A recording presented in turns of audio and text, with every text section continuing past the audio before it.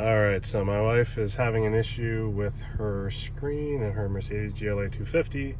Saw on YouTube that a hard reset may actually solve the problem. Part of the issue may be that the battery itself for the vehicle might actually be running low, and if that's the case, they'd rather you be able to drive the vehicle versus being able to use your entertainment system. So we're going to test that now. So I'm supposed to hold this in for 10 seconds. All right, so as I'm waiting for that, probably the next thing I will do after this is test the battery to see what the charge on that will actually be. And if this doesn't solve the issue, then I need to keep troubleshooting.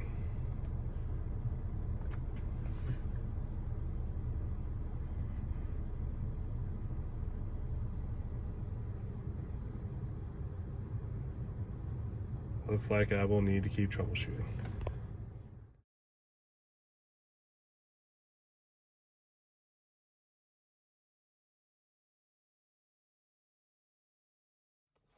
All right, so I've opened up the fuse panel underneath the passenger driver's side floor mat, and looking online a little bit, I'm looking for fuse number 37, which you can see.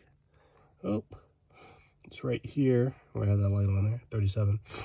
So 37 is, looks like it's that second 7.5 amp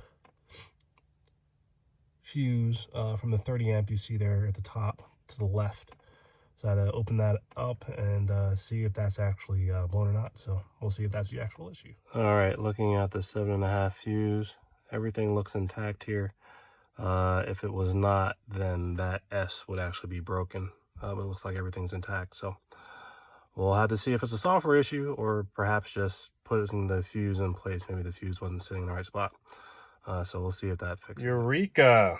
So I'm not sure, none of the fuses was actually out in that breaker panel, but something was loose. So I pushed every single fuse back in. I unplugged a few that dealt with the command system, and that got everything up and running again. So that was the issue. No fuses were blown, just the fuse essentially was moved out of its seat. So happy that was an easy fix. I'm sure my wife will be ecstatic as well.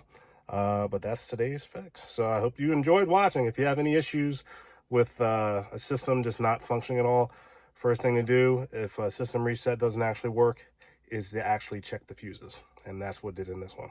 So I appreciate you tuning in. And until next episode, bye.